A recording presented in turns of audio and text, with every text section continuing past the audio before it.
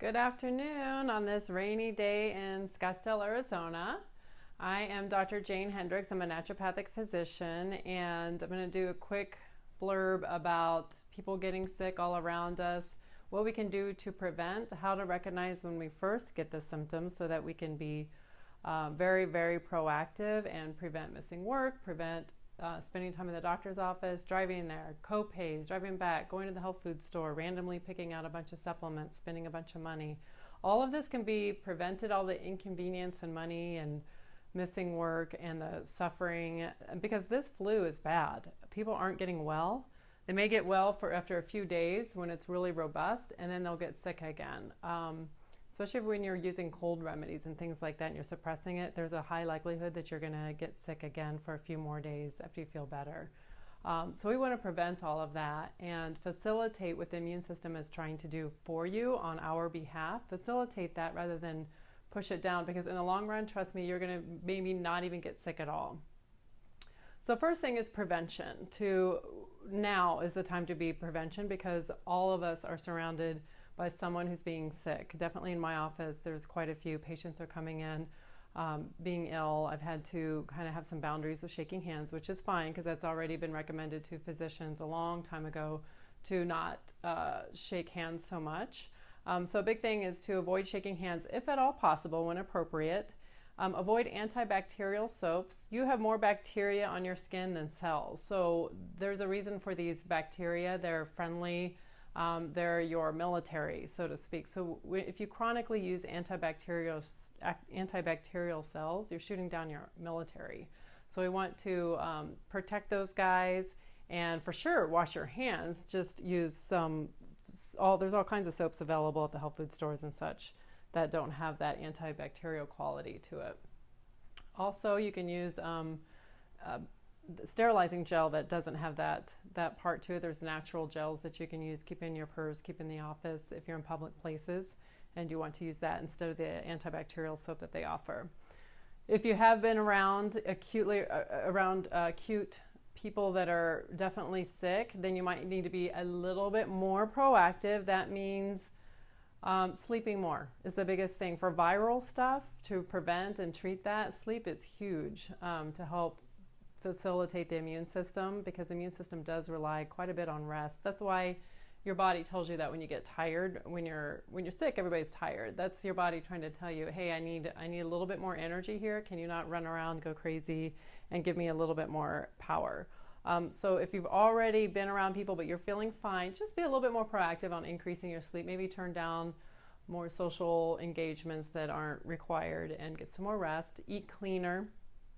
Eat less animal protein foods, especially at night. Those are the most difficult foods to digest. I'm not vegetarian by any means, but if I'm fighting something or if I feel like my body is getting ready to fight a battle, I will clean up my diet and increase my fruits and vegetables and decrease my animal protein, especially at night, so that I can not digest food during the night, because that's when you rehabilitate. That's when your body, when you're sleeping and not eating, that's when your body has the most energy to try to get some stuff done and fight your battles for you. So especially lighten up at night to facilitate immune system activity during the sleep hours. So antibacterial soaps, eat cleaner, increase your rest time. These are the things that are very easy to do, pretty convenient to prevent getting sick. First, very beginning symptoms of when you think something is coming onto your body, and when you're doing this naturopathically, you do have to be in your body. You have to be sensitive to these things and not ignore them and feel them, so that you can be very proactive. If we ignore them, we're not going to catch it early on, and then it gets difficult. We can do it for sure naturopathically, but you're going to be a lot better off when you recognize the very beginning symptoms and jump on it right away. So the first day that you feel tired for no reason, of course you're going to feel tired if you were out all night, things like that. If you feel tired and there's no explanation for that, that's a very first symptom that your body has an invasion and it's beginning to fight. Honor that and just rest more. If turn down whatever invitations that you have that day, because honestly, in 24 hours you can beat it. The first day that you feel tired, and if you do it right, the next day you can be just fine and totally bypass that just by getting an extra few hours of sleep. Next symptom is increased sputum. So there's fatigue. It's a very beginning symptom. A lot of people miss that because they excuse it to something else and they drink coffee and just kind of ignore it and think it's something else. But especially during flu season, you want to think twice about stimulating and think, wait. You know, I have been around sick people. Something might be coming around. Going to sleep more. But that could be bypassed. Sputum will increased mucus secretion. You're going to start sniffling. This is even before the sore throat. This is way early on, and this is right ahead of a huge flu that you could be down and out. So if you can catch it at this time, just a couple days before, increased mucus production, and your body needs a lot of mucus to carry out. So mucus is produced through detox, and mucus is produced because of an invasion as well. In this case, we're talking about invasion, but here's how much mucus the body needs. For example, to carry out a teaspoon of acid, just a little teaspoon of acid, your body needs to produce a pint of mucus.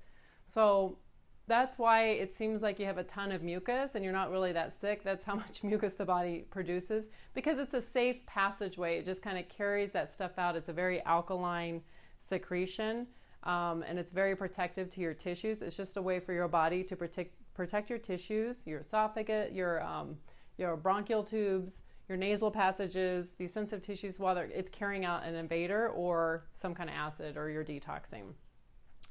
Do not suppress mucus production by grabbing a decongestant. Do not shove that stuff back down. The reason why I'm really passionate about not suppressing acute illnesses, because these are things that you will get over. They're self-limiting. Viral colds and flus are self-limiting. You can't take an antibiotic for it, meaning it's going to take care of itself. You're either going to suffer through it if you do cold remedies and get sick again and again, or you're going to facilitate the immune system, get it done this year, and then possibly even have a whole nother year without a flu.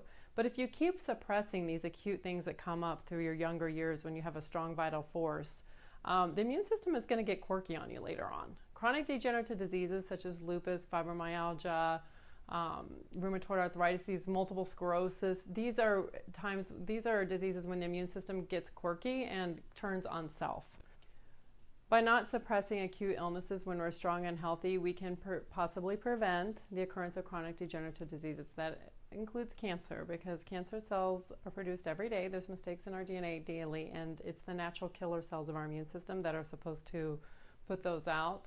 And for some reason, in cases of cancer, where was the immune system to be able to put that out? So it's listed as, in a couple of books, as 7 stages of diseases that lead from acute to chronic.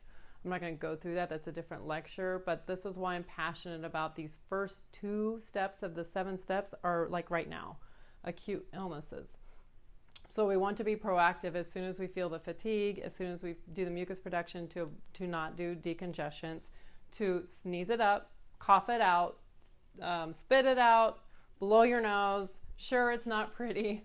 Do it, because you're going to facilitate the body just getting that stuff out and then be over it. We're talking, again, 24 to 48 hours, a little inconvenience, couple more Kleenex boxes.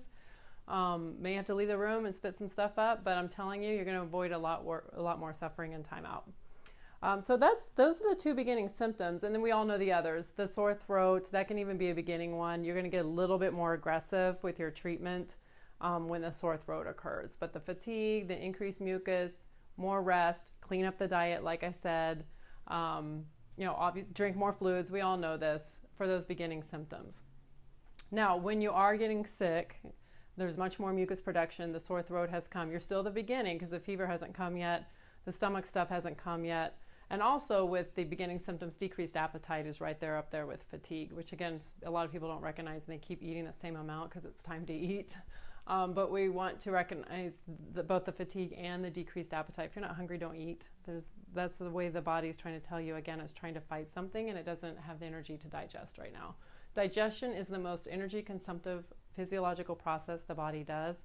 Every time you eat something that you need to digest, that with difficulty, it takes energy away from the immune system, detoxification, that sort of thing. That's why I said avoid animal protein, eat cleaner, eat more digestible foods such as fruits and vegetables, and kind of lay off the digestive system so the immune system can get a little bit more energy from that.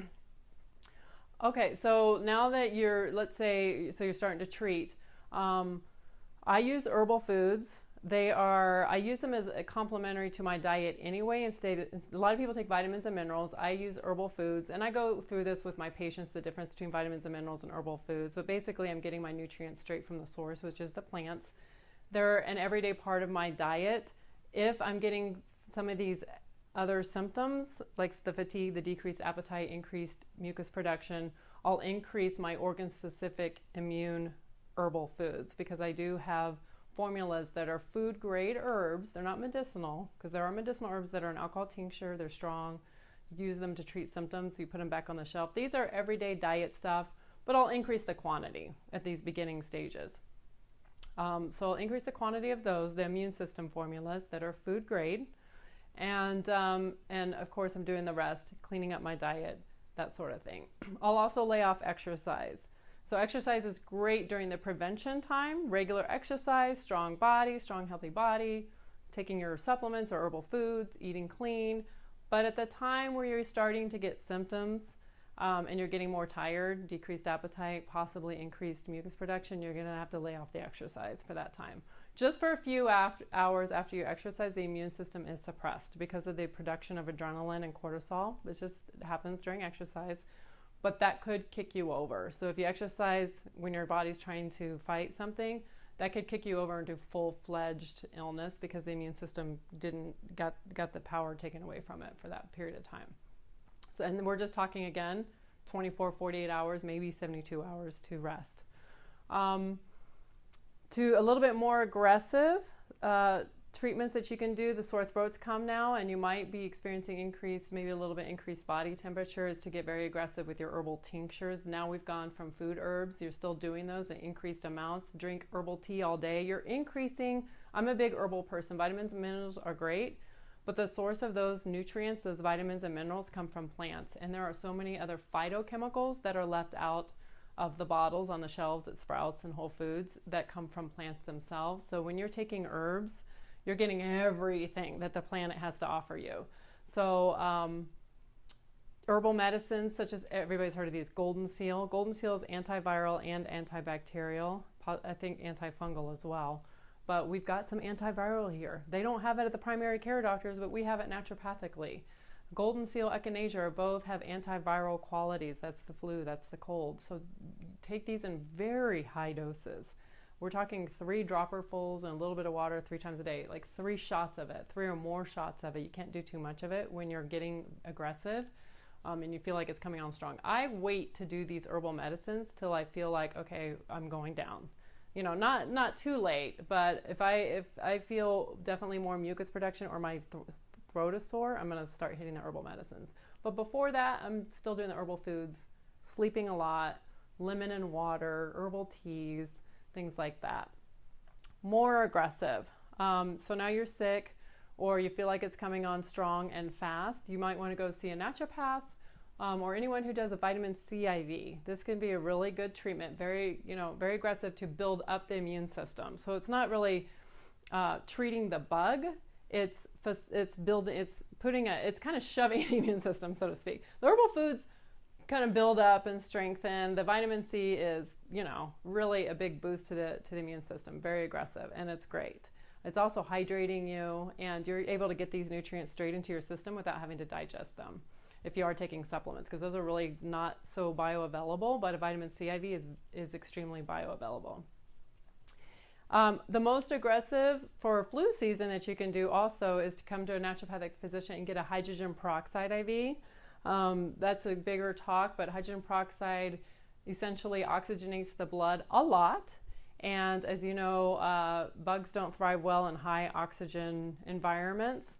So this is an antimicrobial way to treat yourself. No side effects. It's not suppressing the immune system. It's just oxygenating the blood, which has an antimicrobial effect in your system. So come and get an IV. That takes about an hour and a half, but you're hitting it strong. And it's much better to treat your flu naturopathically than it is to do it with cold medicines, because you're not going to probably get sick again this year, and you may not even get sick again for the following flu season if you do it right with your immune system. So in closing, again, I really suggest to visit a naturopathic doctor in your area to just get an idea of what herbal products should I use. This is going to save you a lot of time and money because there's so much propaganda when it comes to supplements, and we have a really good handle on what to use. I'm more of a food person. I choose the most bioavailable products. Again, I go the herbal route versus isolated route so that you can get everything from the plants that you can get as far as the phytochemicals. I've done really well with them. And then to just have that relationship with a naturopathic doctor so that if you do get sick, you can pop back in and get one of these IVs. So thank you for joining me. Let's hope the sun comes out this weekend, and be well.